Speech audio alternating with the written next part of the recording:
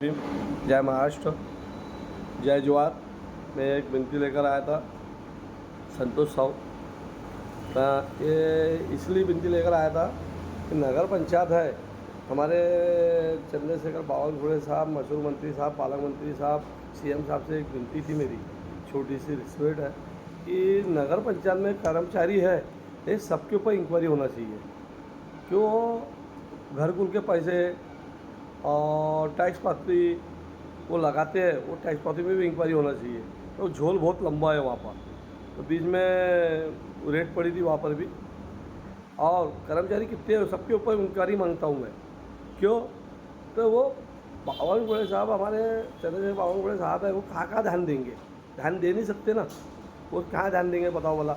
आज उनको इतना महाराष्ट्र लेके चलना पड़ता। वो फंड ला देते दे देते नगर पंचायत में, उसमें कहीं बांधकाम विभाग वाले हैं वो बम पैसे खा रहे हैं। सबूत है साहब, सबूत के साथ बोल रहा हूँ मैं। हाँ, ये तुम 20-25 करोड़ रुपये ला के देते सर, वहाँ नगर अध्यक्ष हो गए, बांधकाम विभाग वाले हो गए, ये बहुत लोग वहाँ का घोटाला है। आज उनके बाद में कुछ नहीं था। उनके पेमेंट कितनी है, क्या है, उनकी इंक्वायरी बैठना चाहिए। उनकी पेमेंट के ऊपर में उनके पास में क्या क्या कारोबार है, कहाँ ज़मीन कितनी है। कई लोगों ने खेती लेके बैठे हैं साहब। मैं आज वही मशहूर मंत्री से विनती करता हूँ, चंद्रशेखर बावनकुळे साहब से, आप फंड देते हैं, फंड का यूज बराबर होना चाहिए। आपको ध्यान रहता नहीं है, आपकी गलती नहीं है इसमें। आप मैंने नगर पंचायत में ध्यान देना चाहिए थोड़ा सा। आपके गांव की नगर पंचायत है, आपकी नगर पंचायत बहुत अच्छी है, बहुत आपका नाम चलता है, आप फंड देते ज़रूर है, पर वो वहाँ चोर है, वो चोर आधे फंड खा लेते हैं। वो फंड नहीं खाना चाहिए। और वहाँ के नगर सेवक है, उनको ठेकेदारी नहीं मिलना चाहिए। मेरा एक ही विनती है, नए आदमी को ठेकेदारी मिलना चाहिए। वहाँ एक ही आदमी ठेकेदारी करेंगे तो कैसा होगा सर? ये आज 5-5 करोड़ का उसमें कमीशन पर कमीशन चले जा रहे हैं, वो नहीं होना चाहिए। और अब मेरा ये कहना है, क्योंकि घर की गिनती होना चाहिए। नगर अध्यक्ष हो गए, नगर का सरपंच हो गया, गिनती हुआ है, उनसे घर की इंक्वायरी होना चाहिए। क्योंकि इंक्वायरी ऐसी होना चाहिए, उनका प्लाट कितने स्क्वायर फीट है, घर कितना स्क्वायर फीट है, किसने कितना पैसा खाया, आपको दूध का दूध पानी का पानी पता लग जाएगा। मैं क्यों बोल रहा कि मेरा RTI पे सब लिखा हुआ है। हाँ, तो मेरा कहना है कि वहाँ वो उनको काम नहीं मिलना चाहिए, बाहर वालों को काम देना चाहिए। सब न, आज नगर अध्यक्ष, नगर सरपंच, ये मेंबर, ये सब यही लोग बन जाएंगे सर। तो मैं ये पूछना चाहता, आज ये उनको खाने को मोहताज थे, आज बड़े बड़े ठेकेदार बन गए सर। और बड़े और छोटे ठेकेदार हैं, वो रजिस्टर नंबर है उनके पास, बेचारे लंग लंग घूम रहे हैं। उनके तभी ध्यान दिया जाए। तो सर, मैं एक ही विनती लेकर आया था। मैं वो विश्वास है सर, आप बहुत न्याय के मंदिर है और न्याय है देते हैं आप, इसलिए मैं विनती चाहता हूँ कि आप में वो विश्वास दूध का दूध और पानी का पानी करेंगे। क्यों? तो मैं वो इतना विश्वास है।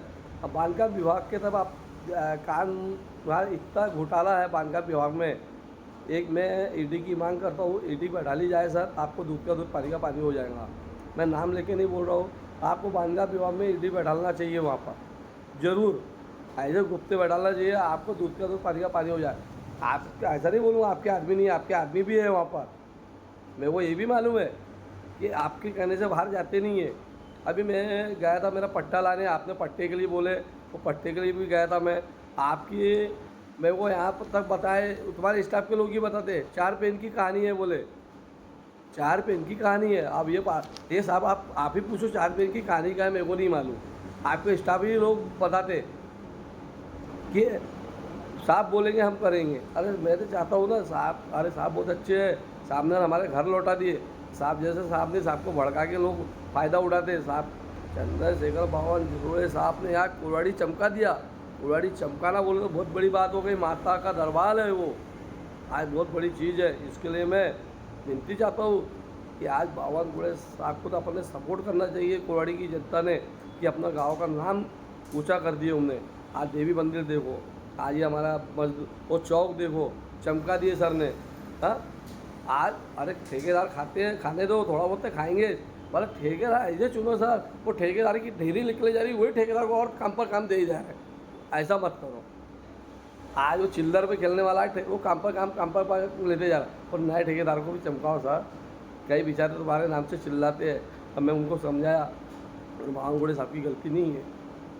बावनकुळे साहब कहाँ देखेंगे, पूरे महाराष्ट्र है, ये अपने अपने गांव के लोग हैं।